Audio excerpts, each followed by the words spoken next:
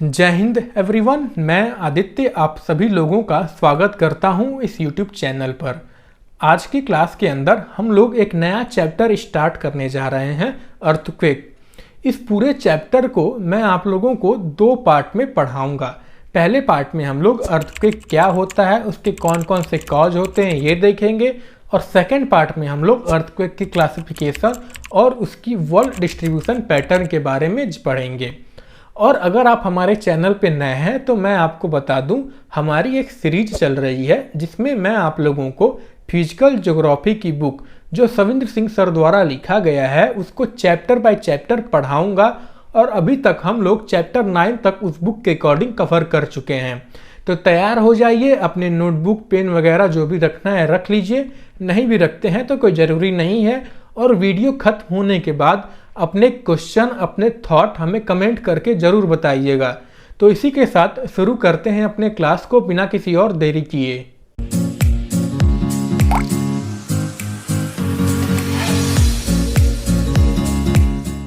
अगर मैं बात करूं अर्थक्वेक की, तो इसको सुन के सबसे पहले हम लोग के मन में ये सवाल आता है कि हमें ये चैप्टर पढ़ना क्यों जरूरी है, हम ये चैप्टर क्यों पढ़ते हैं। तो जैसा कि आप लोग जानते हैं, अर्थक्वेक जो है वो किसी भी समय, चाहे दिन हो या रात हो, कभी भी आ सकता है। कुछ अर्थक्वेक इतने पावरफुल होते हैं कि उनका ह्यूमन लाइफ, एनवायरनमेंट और प्रॉपर्टी पे बहुत बुरा असर पड़ता है। इसलिए याद रखिए, ज्योग्राफी स्टूडेंट के तौर पर अर्थक्वेक के बारे में जानना बहुत जरूरी है। इन अर्थक्वेक को समझकर हम धरती के डायनेमिक्स और उसके रिस्क जैसे चीजों को समझ सकते हैं, और साथ ही में डिजास्टर मैनेजमेंट, अर्बन प्लानिंग जैसी चीजों में इन्फॉर्म डिसीजन ले सकते हैं। ये हमारे लिए एक सुपर पावर की तरह है जिससे हम एक सेफ और सस्टेनेबल फ्यूचर बना सकते हैं। ठीक है, अब इसके बाद हमारे मन में सवाल आता है कि सर अर्थक्वेक होता क्या है। वैसे तो सब जानते हैं भैया अर्थक्वेक के बारे में, ठीक है, लेकिन इसकी मैं डिफिनीशन की अगर बात करूं तो basically an earthquake is a what motion of the ground surface. ठीक है, क्या है? An earthquake is a motion of the ground surface. अब यहाँ ग्राउंड सरफेस के मोशन से क्या मतलब हुआ? अगर आप टेक्टोनिक पढ़ रखे हैं तो आपको पता होगा कि हमारी जो ऊपरी लेयर है वो तो सर आपका हमेशा क्या होती है, मोशन में ही रहती है, वो एटमॉस्फेयर के ऊपर हमेशा तैरती रहती है। पर क्या उसे हम अर्थक्वेक बोलते हैं? जी नहीं, उसे हम अर्थक्वेक नहीं बोलते हैं। जब इन मोशन के कारण, ग्राउंड सरफेस के मोशन के कारण क्या हो, हमें झटके महसूस हो, हमें क्या हो, ट्रेमर महसूस हो, जो कि हमारे बिल्डिंग्स को, इंफ्रास्ट्रक्चर को हिलाने में, उनको डिस्ट्रॉय करने में कैपेबल हो, और साथ ही में क्या करे, हमारे अर्थ की सरफेस के ऊपर कई जगह के फीचर्स ओपन कर दे। फीचर्स मतलब बेसिकली क्रैक बना दे। ठीक है, जैसा कि आप इस इमेज के अंदर देख सकते हैं, ये बेसिकली क्रैक जो है अर्थक्वेक के कारण बना हुआ है। ठीक है, ये बेसिकली अर्थक्वेक जो है एक फॉर्म ऑफ एनर्जी है। क्या है? एक फॉर्म ऑफ एनर्जी है जो कि आपका वेव की फॉर्म में चलती है। ठीक है, through out the surface layer of the earth in widening circle. इसका मतलब आप इस तरह समझिए कि मान लीजिए कोई नदी है, ठीक है, नदी में हमने क्या किया, एक पत्थर फेंक दिया। तो जिस पॉइंट से बेसिकली हम पत्थर फेंकते हैं उस पॉइंट से बेसिकली क्या होती है, हमारी वेव के फॉर्म में एक लहर उठती है। ठीक है, वेव के फॉर्म में क्या होती है, लहर उठती है, और जैसे जैसे वो दूर जाती है तो क्या होती है, उसका सर्कल जो होता है वेव का, वो क्या होता है, आपका बढ़ते जाता है। तो यही कुछ हमारा अर्थक्वेक के अंदर होता है कि जब जहां से हमारा अर्थक्वेक कॉज होता है वहां से जो हमारी एनर्जी उठती है वेव के फॉर्म में, वो क्या होती है, वाइडनिंग सर्कल के तरह चलती है, जैसे हमारा पानी में पत्थर फेंकने पे होता है। ठीक है, तो आई थिंक यहाँ से आपको अर्थक्वेक का डेफिनेशन समझ में आया होगा। ठीक, इसके बाद हमारे मन में सवाल आता है सर कि जिस पार्टिकुलर पॉइंट की अभी मैंने यहाँ बात की, इस पार्टिकुलर पॉइंट को हम कहते क्या हैं? तो इस पार्टिकुलर पॉइंट को बेसिकली हम क्या कहते हैं, फोकस। ठीक है, यानी कि the place of origin of earthquake is called focus which is located beneath the earth surface. The depth of focus जो होता है वो वेरी करता है। कई जगह पे आपका 700 किलोमीटर तक डेप्थ हो सकता है, और किसी जगह जैसे आपके हिमालयन अर्थक्वेक के जो रीजन हो गए वहां पे डेप्थ बेसिकली 20 से 30 किलोमीटर तक ही पाया जाता है। ठीक है, अभी इसका रीजन जो हम कॉज पढ़ेंगे उसमें आपको समझ में आ जाएगा।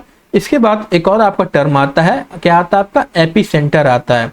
तो जहां से हमारा जो अर्थक्वेक उठता है, कह सकते हैं फोकस जहां हमारा रहता है, फोकस के एकदम एबव ग्राउंड सरफेस पे जो हमारा पॉइंट आता है उसे एपिसेंटर कहते हैं।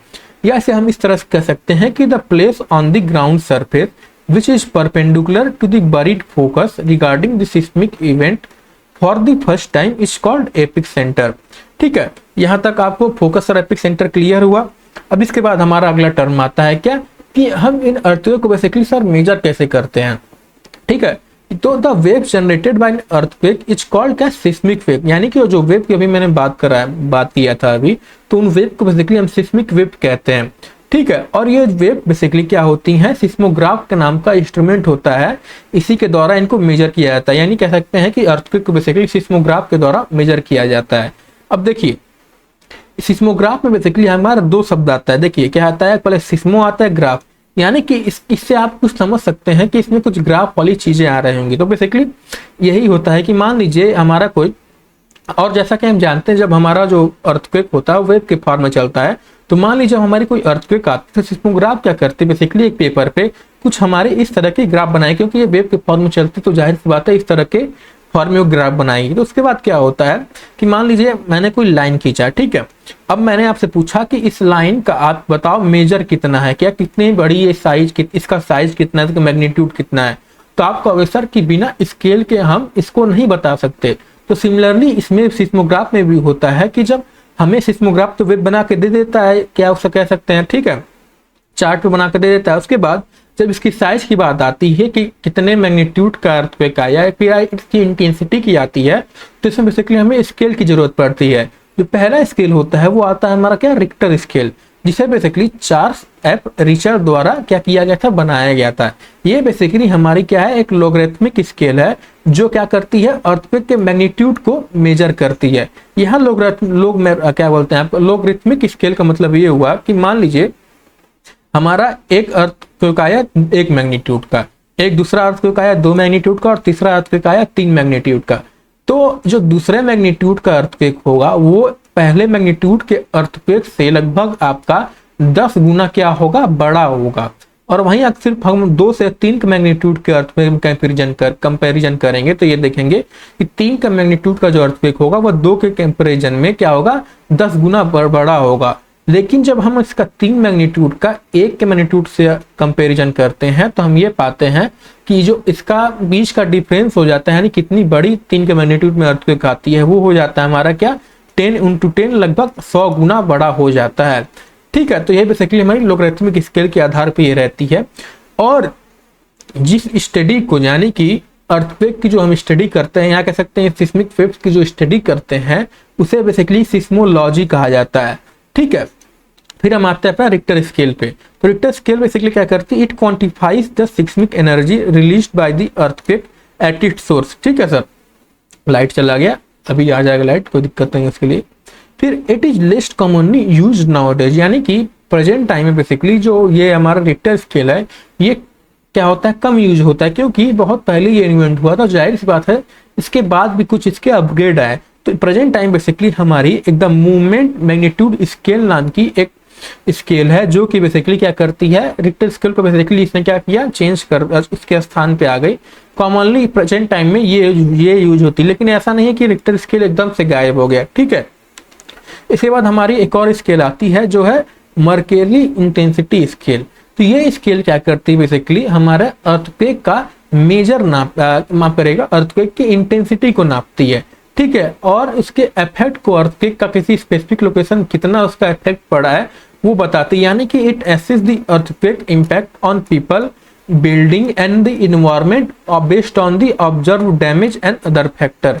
ठीक है, पर प्रेजेंट टाइम में हमारी मर्केली स्केल ना यूज होके उसके अलावा एक और स्केल होती है जिसे बेसिकली कह सकते हैं मर्केली स्केल का मॉडिफाइड वर्जन, यानी कि the modified Mercalli intensity scale use होती है। ठीक है, उसके बाद the scale ranges from 1 to 12। ठीक है, इसकी जो मर्केली स्केल की रेंज होती है ये 1 से 12 होती है, और वहीं रिक्टर स्केल की जो होती है वो 0 से 9 होती है। लेकिन जरूरी नहीं कि मान लीजिए कहीं हमारा अर्थक्वेक कभी 10 मैग्नीट्यूड का है, तो ऐसा नहीं है कि अगर ये 9 तक ही इसका लिमिट है तो 10 के मैग्नीट्यूड को अर्थक्वेक का नहीं नापेगा। तो ठीक है, सिर्फ ठीक। इसके बाद आई थिंक यहाँ से आपको मेजरमेंट ऑफ अर्थक्वेक भी समझ आ गया होगा। अब हम आते हैं बेसिकली अगले पे कि हमारा जो अर्थक्वेक है वो बेसिकली कैसे कॉज होता है। तो आइए इसको हम देखते हैं।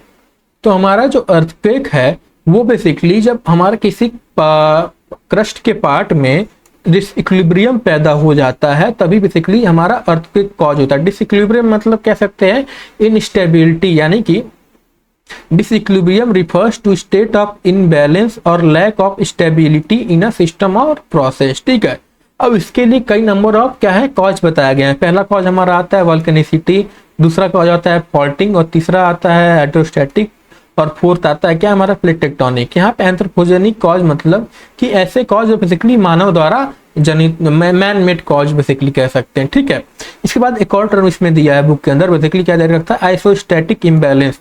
तो isostatic imbalance basically refers to uneven distribution of mass and pressure within the crust leading to adjustment in the vertical position of land mass over geological time।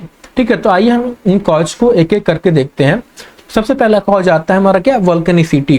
तो हमारा जो वोल्केनिसिटी है, ठीक है, तो ऐसा कहा गया है कि हमारे जो वोल्केनिसिटी और अर्थक्वेक हैं वो बेसिकली क्या होते हैं इंटर रिलेटेड प्रोसेस होते हैं, यानी कि they become cause and effect for each other. अब ये कैसे बनते हैं आइए मैं इसको आपको समझाने का प्रयास करता हूँ कि मान लीजिए ये हमारी क्या हो गई मैग्मा का चैम्बर हो गया जो बेसिकली क्या होती है एस्ट्रोस्फीयर के अंदर आती है, और ये दोनों परत हमारे लिथोस्फीयर हो गए।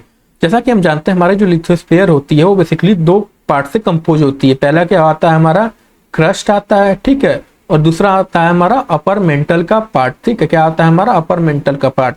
तो होता क्या है मान लीजिए हमारा मैग्मा चैम्बर हो गया, जब यहाँ पे कहीं किसी मैग्मा चैम्बर किसी भी एरिया में कहीं पे वहां पे जब प्रेशर जनरेट होता है, खूब ज्यादा प्रेशर बन जाता है वहां पे, या कह सकते हैं जब गैसेज हमारी आती हैं जो वाटर के थ्रू आ जाती हैं इसके अंदर, वाटर के थ्रू जब यहाँ पहुंचती है हमारी वाटर ग्राउंड सरफेस से, तो क्या होता है यहाँ पे जब जाहिर सी बात है यहाँ जब टेम्परेचर हाई हो जब पानी पहुंचेगा तो गैसेज जनरेट हो जाती हैं। तो इन्हीं गैसेज के कारण एक प्रेशर कारण प्लस आपका एक और रीजन कह सकते हैं कन्वेक्टिव करंट के कारण, तो इन सब के कारण क्या होता है जब यहाँ प्रेशर जनरेट होता है तो बेसिकली हमारी जो मैग्मा होती है यहाँ से ऊपर उठनी शुरू हो जाती है। ठीक है, कन्वेक्टिव करंट कन्वेक्शन करंट था वहाँ पे, ठीक है, वर्ड इधर उधर हो गया। तो उठती है जब ऊपर ये उठती तो क्या करती है जब ऊपर लेयरी क्रस्ट के पास पहुंचती है क्या करती है क्रस्ट को बेसिकली ढकेलना शुरू कर देती है, ऊपर तरफ ढकेलना शुरू कर देती है। तो मान लीजिए ये हमारी क्या हो गई ऊपरी परत हो गई, तो जब इस पे बेसिकली हम नीचे से कोई दबाव पड़ाएं तो देख रहे हैं इसमें क्या होती है ये हिलने लगती है। तो यही कुछ हमारा क्रस्ट में होता है। पहला कारण ये हो जाता है अर्थक्वेक का। उसके बाद क्या होता है जब ये बेसिकली हमारा जब प्रेशर बहुत ज्यादा बढ़ जाता है तो क्या करती है क्रस्ट को तोड़ के बाहर आ जाती है, और ये क्या होती है वोल्केनिक इरप्शन के फॉर्म में बेसिकली हमारी सारी मैग्मा बाहर आ जाती है। तो अब देखिए तो यही यहाँ पे कहने का मतलब है इसका कि क्या होती है इंटररिलेटेड प्रोसेस होती है, यानी कि अगर सबसे पहले क्या होगा तो अगर मैग्मा चैम्बर उठा हमारा यहाँ से मैग्मा आया तो क्या हुआ अर्थक्वेक पहले कारण आया, तो क्या हुआ मैग्मा कारण हमारा पहले अर्थक्वेक आया, फिर जब ये तोड़ी तो क्या हुआ ऊपर पट्टी टूट गए तो फिर हमारा वोल्केनिक इरप्शन आ गया। यानी कई बार होता है कि हम समझ सकते हैं कि अगर कोई वोल्केनिक एक्टिव एरिया है और वहां पे अर्थक्वेक आ रहा है तो इससे हम ये कह सकते हैं कि वहां का एरिया हो सकता है फिर से मैग्मा वोल्केनिक इरप्शन हो। ठीक है, और जब ये तोड़ के बाहर आ जाती है तो क्या होता है कि बेसिकली यहाँ पे मान लीजिए अभी तक जो मैग्मा हमारा नीचे था वो तो उस प्लेट के नीचे था, जब ये मैग्मा ऊपर आ जाता है तो मान लीजिए ये हमारी क्या हो गई ये हमारी क्रस्ट हो गई, जहां से मैग्मा हमारा आया इसके ऊपर। अब नीचे जो अभी तक इसके था मैग्मा जब इसके ऊपर आ जाएगा तो जाहिर सी बात है इसके क्या होगा इसके ऊपर प्रेशर बनेगा ऊपर से, तो यही क्या होती है यहाँ पे डिसइक्विलिब्रियम कॉज हो जाती है, यानी कि इनस्टेबल हो जाते हैं वह। ठीक है, तो यही बेसिकली होता है वोल्केनिसिटी के कारण, यानी कि each volcanic eruption are often followed by earthquake and severe earthquake can cause volcanic eruption. तो वही जैसे मैंने अभी बताया कि explosive violent gas during volcanicity क्या करती है फोर्सेस क्रिएट करती हैं, जिससे क्या होती है हमारे सेवरल अर्थ टिवियर ट्रेमर्स आते हैं। उसके बाद क्या होता है जब ये हमारी गैस होती हैं सक्सेसफुल हो जाती हैं ब्रेक थ्रू करने में उस क्रस्ट को, तो क्या होता है वायलेंट वोल्केनिक इरप्शन लाती हैं, जिससे क्या होती है हमारी डिसइक्विलिब्रियम पैदा हो जाती है क्रस्ट में, और उससे क्या होती है हमारी अर्थक्वेक आती हैं। ठीक है, तो आई थिंक यहाँ से वोल्केनिसिटी का आपका कॉज समझ में आया होगा। इसका एग्जांपल ले लिए कि क्रेकोटा वोल्केनो बेसिकली जो जावा और सुमात्रा के बीच में पाया जाता है, इससे क्या हुआ था इस वोल्केनो की जब इसका इरप्शन होता है उससे कई जगह हमारे सीवियर अर्थक्वेक आए थे, जिसका इम्पैक्ट जो था आपका केप हॉर्न तक बेसिकली महसूस हुआ था। ठीक है, और इसके बाद अर्थक्वेक से हमारी क्या होती है, कई बार सुनामी भी आ जाती है। ठीक है, यानी कोई ऐसा एरिया जहाँ पे हमारा वॉल्केनिक एक्टिव वॉल्केनो प्रेजेंट हो और उसके आसपास समुद्र से घिरा हो, तो वो बहुत ज़्यादा डेंजर हो जाती है, क्योंकि वॉल्केनिक इरप्शन होगा तो अर्थक्वेक आएगी, अर्थक्वेक आएगी तो हमारी सुनामी क्रिएट हो जाती है। ठीक है, और इसी कारण लगभग हमारे 36,000 लोग, ठीक है, कितने लोग, 36,000 लोग कोस्टल एरिया को जो जावा के पास रह रहे थे, समुद्र के पास, उतने लोग मर गए थे। ठीक है, इसके बाद आता है हमारा second cause, faulting and basically elastic rebound theory. तो फॉल्टिंग को समझाने से पहले मैं आपको थोड़ा अपने लेक्चर पीछे ले जाना चाहूंगा, जब मैंने आपको अर्थ मूवमेंट के बारे में पढ़ाया था। तो इसको मैं एक बार रिवाइज करा दूं जिससे आपको समझ में आ जाएगा फॉल्टिंग का। तो जैसा कि हम जानते हैं, हमारी जो अर्थ क्रस्ट होती है वो क्या होती है, उसके ऊपर कई तरह के आपके फोर्स अफेक्ट करते हैं। ठीक है, बेसिकली फोर्सेज जो होती है दो तरह की होती है, पहली हमारी एंडोजेनेटिक होती है और दूसरी होती है हमारी एक्सोजेनेटिक फोर्स जो होती हैं। तो एंडोजेनेटिक यानी नाम से पता चल जा रहा हो कि यानी ऐसी फोर्स जो हमारी अंदर से लगती है, और एक्सोजेनेटिक फोर्स यानी ऐसी फोर्स जो हमारे ऊपर से आके हमारे क्रस्ट को अफेक्ट करती हैं। ठीक है, तो एक्सोजेनेटिक फोर्सेस बेसिकली हमारे वेदरिंग हो गई, ठीक है, यानी बेसिकली बाहर से जितनी एनवायरमेंट जो हमारे प्रभाव डालती है वही इसके अंदर आ जाती है। ठीक है, तो इसका जो है बाद में इसको बारे में पढ़ेंगे, अभी हमारा जो फोकस है एंडोजेनेटिक फोर्सेज। तो एंडोजेनेटिक फोर्सेज यानी अंदर से जो हमारी फोर्स लगती है वो बेसिकली दो तरह की होती है, पहला क्या, डायस्ट्रॉपिक फोर्स, और दूसरा क्या होता है हमारा सडन फोर्स। सडन फोर्स यानी ऐसी फोर्स बेसिकली जिसके कारण क्या हो, तुरंत एक्ट हो और उसका रिजल्ट जो हो वो तुरंत हमें दिख जाए, जैसे अर्थक्वेक, यानी तुरंत कहीं पे फॉल्टिंग हो जाता है, कहीं रॉक के अंदर कुछ डिसइक्विलिब्रियम हो जाता है, तुरंत वो होता है और तुरंत उससे क्या होती है हमारे, उसका इफेक्ट हमें अर्थक्वेक के तौर पर दिख जाता है। वहीं डायस्ट्रॉपिक फोर्स यानी ऐसी फोर्स जिनका जो इफेक्ट हो वो बहुत धीरे धीरे काम करे और उसका रिजल्ट भी जो हमारा बहुत हमें तुरंत ना पता चले, तुरंत ना दिखे, बहुत धीरे धीरे हो। जैसे हमारा आप हिमालय का माउंटेन का बिल्डिंग देख लीजिए। ठीक है, यानी कि आप अगर न्यूज में आपने पढ़ा भी हो, कहीं सुना भी हो कि हिमालय जो है हमारी कुछ सेंटीमीटर हर साल क्या होती है, कुछ mm हमारी हर साल बढ़ती है, पर उसका क्या है हमें दिखता नहीं, हमें तो उतना ही जानते हैं। ठीक है, तो डायस्ट्रॉपिक फोर्सेज कहती है। अब डायस्ट्रॉपिक फोर्स जो होती है बेसिकली दो तरह की होती है, एक जो हमारी वर्टिकल वे में लगती है और दूसरी जो होती है हमारी क्या होती है, हॉरिजॉन्टल वे में लगती है। तो वर्टिकल वे में लगने वाली फोर्स बेसिकली हमारी दो तरह की हो जाती है, यानी एक अपवर्ड मूवमेंट जिसे हम इमरजेंस के नाम से जानते हैं, और एक डाउनवर्ड मूवमेंट जिसे हम सबमर्जेंस के नाम से जानते हैं। और वहीं वर्टिकल मूवमेंट में दो तरह की हमारी फोर्स लगती है, क्या होता है, वर्टिकल नहीं, हॉरिजॉन्टल मूवमेंट में पहला आता है हमारा टेंशनल यानी खिंचाव वाला फोर्स, और दूसरा आता है हमारा दबाव यानी कंप्रेशनल फोर्स। तो टेंशनल फोर्स से बेसिकली हमारे क्रस्ट में फ्रैक्चर कॉज हो जाती है। ठीक है, जैसे आपकी फॉल्टिंग हो गई। ठीक है, कंप्रेशनल फोर्स से हमारी क्रस्ट में बेंडिंग हो जाती है, जैसे आपकी वार्पिंग और फोल्डिंग हो गए। फॉल्टिंग जरूरी नहीं कि टेंशनल फोर्स से ही क्रिएट हो, कई बार कंप्रेशनल फोर्स से भी क्रिएट हो जाता है। तो होता क्या, मान लीजिए कि हमारी दो क्रस्ट हो गई, जब इसमें कंप्रेशन फोर्स लगाते हैं तो कई बार क्या होता है, ये वाली प्लेट बेसिकली इसके ऊपर ऐसे आके चढ़ जाती है। ठीक है, तो इससे भी हमारी फॉल्टिंग क्रिएट हो जाती है। ठीक है, अब हम आते हैं फॉल्टिंग से अर्थक्वेक कैसे आता है। तो होता क्या है बेसिकली, इसके लिए एक एच.एफ. रेड नाम के बेसिकली साइंटिस्ट थे, तो उन्होंने इलास्टिक रिबाउंड थ्योरी बताई थी, जिसमें उन्होंने बताया कि कैसे हमारी फॉल्ट के कारण अर्थक्वेक आती है। तो इनका ये कहना था कि हमारी जो अंडरग्राउंड रॉक होती हैं वो बेसिकली इलास्टिक की क्या होती है, इलास्टिक की तरह बिहेव करती है। यानी कि जैसे आप समझ लिए कोई रबड़ हो गया, तो रबड़ को जब हम खींचते हैं तो क्या होता है, पहले तो खींचेंगे तो वो खूब फैलेगी, लेकिन जब हम उसे बहुत तेज खींचेंगे, बहुत उस पर फोर्स लगा देंगे, क्या होता है, रबड़ टूट जाती है, और टूटने के बाद क्या होता है, रबड़ अपने नॉर्मल शेप में फिर आने का प्रयास करती है। तो यही कुछ इसमें एच.एफ. रेड ने समझाया था कि जब रॉक हमारे इलास्टिक की तरफ बिहेव करती हैं और जब ये स्ट्रेच होती हैं, एक्सपेंड होती हैं टेंसाइल फोर्सेस के अंदर, और तो उसके बाद क्या होता है, जब ये tensile forces in elastic limit के बाहर चल जाती हैं तो ये क्या होती हैं, ब्लॉक्स टूट जाती हैं बेसिकली और अपने प्रीवियस पोजीशन में आने का प्रयास करती हैं, जिससे बेसिकली क्या होती है, रैपिड एडजस्टमेंट होती है, जो कि हमारे क्रस्ट के बेसिकली सरफेस की कह सकते हैं इक्विलिब्रियम को डिस्टर्ब करती है। और जब इक्विलिब्रियम डिस्टर्ब होगा तो क्या हमारी आता है, अर्थक्वेक आता है। ठीक है, फिर आता है हमारा, उसके बाद एक देख लीजिए basically active fault in India, यानी कि एन कृष्णा और बेसिकली नियोगी नाम के हमारे दो रिसर्च थे। इन्होंने बेसिकली हमारे क्या बोलते हैं, इंडिया के ऊपर बेसिकली इन्होंने बताया है दो तरह की हमारी फॉल्ट इन्होंने एक्टिव पाया। पहला एक्टिव फॉल्ट जो है हमारा क्या है, बेसिकली जो फॉल्ट है बेसिकली डेक्कन ट्रैप जो महाराष्ट्र में पड़ता है उसके आसपास बनी। पहला हमारा क्या है फॉल्ट, कोयना रिफ्ट फॉल्ट और दूसरा हमारा क्या कुर्दुवादी रिफ्ट फॉल्ट। जो कोयना रिफ्ट फॉल्ट है इसकी बेसिकली 540 किलोमीटर लंबी है। ये बेसिकली काला दुग्गी से स्टार्ट होकर जो कर्नाटक में पड़ता है वहां से लेके extended through Koyna terminating 40 kilometre. अब यानी यहाँ से बेसिकली स्टार्ट होकर इधर चलती है, ये वाली लाइन जो आप देख रहे हैं ये वाली लाइन, यानी इधर से स्टार्ट करके इधर चलती है। और जो कुर्दुवादी रिफ्ट फॉल्ट होती है वो लगभग हमारे यहाँ से स्टार्ट होती है, इधर आती है सोलापुर से स्टार्ट होकर इधर आके फिर कोयना रिफ्ट फॉल्ट में मिल जाती है।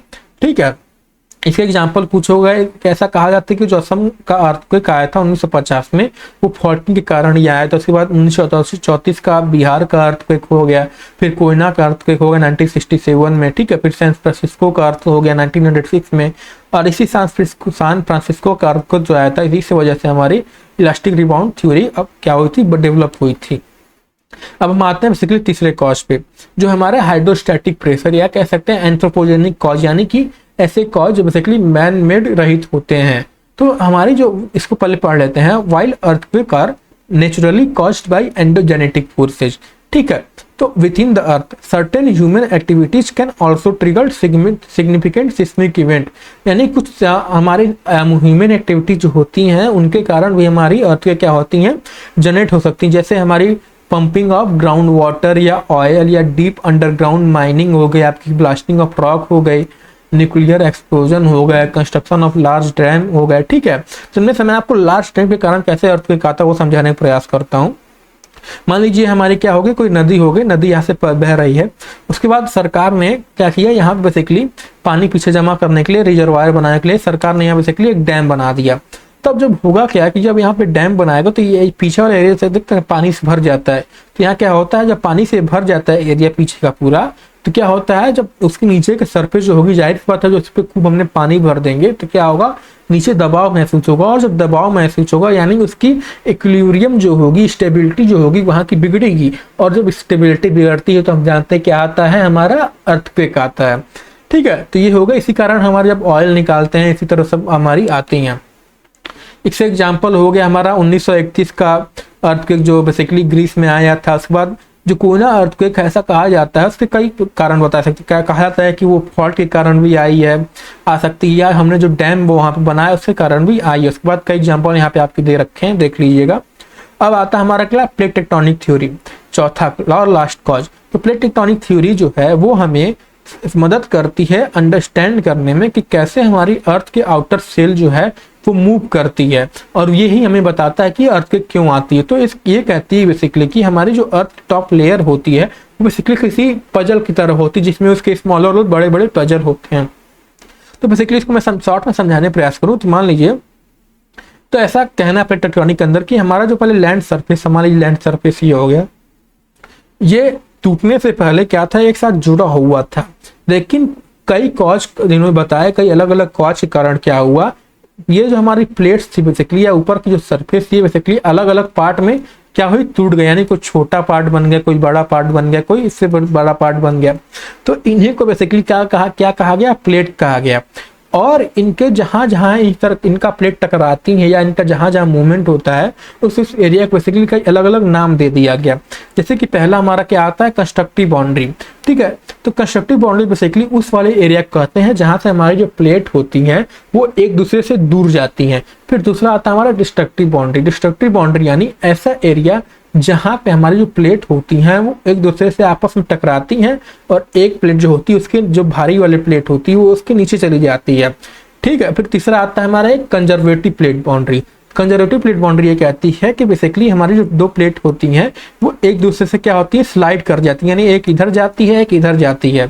ठीक है, अब हम समझते हैं कि बेसिकली तो ये समझ गया। तो जब इनका मूवमेंट होता है तो क्या होता है, जाहिर सी बात जब मूवमेंट होता है तो कई बार जब ये आपस में टकराती हैं, दूर जाती हैं, तो कई बार हमें इससे झटके व ट्रेमर महसूस होते हैं। इनमें क्या, उसी से हमें क्या होता है, बेसिकली अर्थक्वेक महसूस होता है। ठीक है, कंस्ट्रक्टिव बाउंड्रीज पे बेसिकली हमारी जो अर्थक्वेक होती हैं वो बहुत हल्की या मॉडरेट टाइप की अर्थक्वेक आती हैं। ठीक है, क्योंकि ऐसा इसलिए होता है क्योंकि वहां पे जो प्लेट की मूवमेंट होती है वो बहुत धीरे होती है, प्लस नीचे जो हमारी लावा निकलती है, यानी कि मिड ओशियनिक रिज आपने पढ़ रखा होगा तो ये लाइन आपको समझ में आ जाएगी। यानी कि वहां से जब हमारी लावा निकलती है वो भी बहुत स्लो होती है, यानी पिजर फ्लो टाइप की होती है। ये फैक्टर जो होता है इसके कारण ये भी होता है कि जो हमारा फोकस होता है वहाँ का, वो भी बहुत ही सेल होता है, यानी ज़्यादा डीप नहीं होता है, यानी लगभग 25 से 30 किलोमीटर नीचे तक ही फोकस वहाँ का पाया जाता है। ठीक है, इसके एग्जाम्पल होगा जैसे कि जितनी भी हमारे मिड अटलांटिक रिज के अराउंड अर्थक्वेक आते हैं, मिड इंडियन ओशियनिक रिज हो गई, आपकी ईस्ट पैसिफिक राइज हो गई। ठीक है, सो इन सब एरिया के पास जितने भी हमारे अर्थक्वेक आते हैं वो इसी बाउंड्रीज के कारण आते हैं। ठीक है, इसके बाद आती है हमारी क्या, डिस्ट्रक्टिव बाउंड्री। तो डिस्ट्रक्टिव बाउंड्रीज के आसपास जो हमारी अर्थक्वेक आती हैं वो बहुत ही क्या होती हैं, हाई मैग्नीट्यूड की होती हैं और डीप फोकस की होती हैं। ठीक है, अब इनका कारण क्या होता है कि ये क्या होती है, दूर जाने की बजाय जब टकराएंगे तो जाहिर बात है जब कोई प्लेट टकराएगी तो उनका क्या होगा, जो कोलिजन होगा, यानी मान लीजिए इसको हम दूर ले जाएंगे तो जब इस मूवमेंट जो होगा बीच में से वो बहुत धीरे होगा तो झटके क्या होगा, तो झटके महसूस होंगे, बहुत धीरे होंगे। लेकिन जब इसी प्लेट को वहाँ पर टकराएंगे, जो झटके एनर्जी जो वहाँ से जनरेट होगी बहुत ही हाई होगी। ठीक है, तो यही बेसिकली इसका कारण होता है।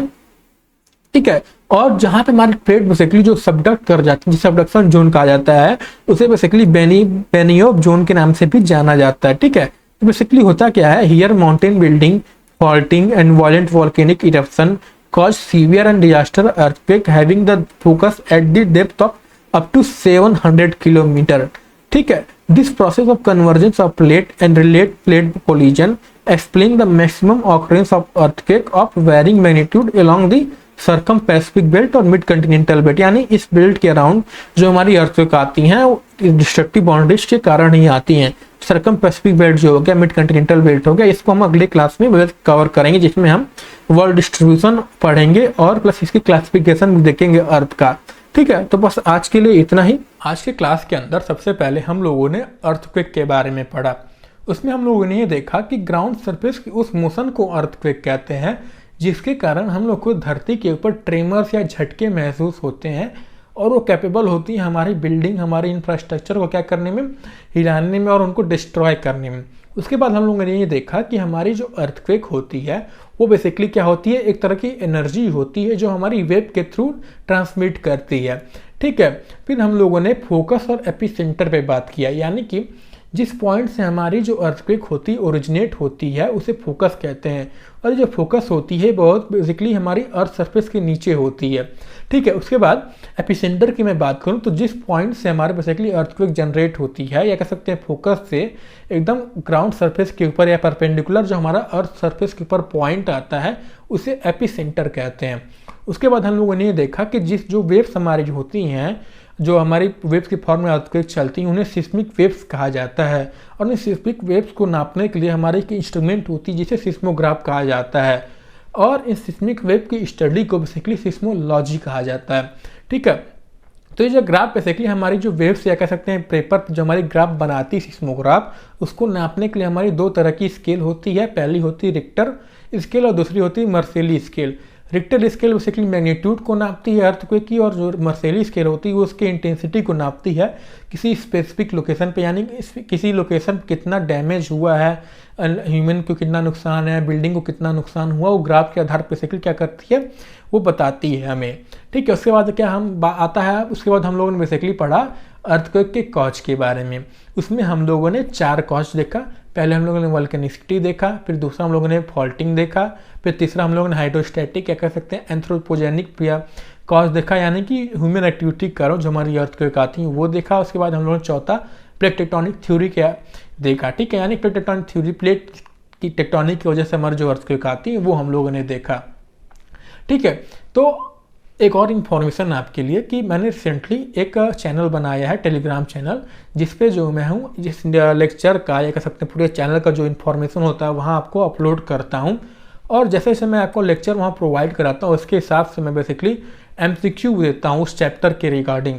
यानी कि आप ये वीडियो देख के या कह सकते हैं आप बुक से पढ़ के उसका MCQ सॉल्व कर लेंगे, तो आपको बेसिकली टेलीग्राम चैनल से MCQ सॉल्व कर लेंगे तो आपको बेसिकली एक रिवीजन भी हो जाएगा, और आप ये भी कह सकते हैं कि आपको बेसिकली इतना समझ में आ जाए कि आपने कितना उस चैप्टर से चीज़ें जो हैं समझी। ठीक है, और अगर आपको ये वीडियो पसंद आया हो तो इसे लाइक करना, शेयर करना और सब्सक्राइब करना ना भूलें। और अगले क्लास में बेसिकली हम लोग क्या बेसिकली क्लासिफिकेशन ऑफ अर्थ और उसके डिस्ट्रीब्यूशन पैटर्न के बारे में पढ़ेंगे। ठीक है, तो मिलते हैं आपको अगले क्लास में। ठीक है, जय हिंद।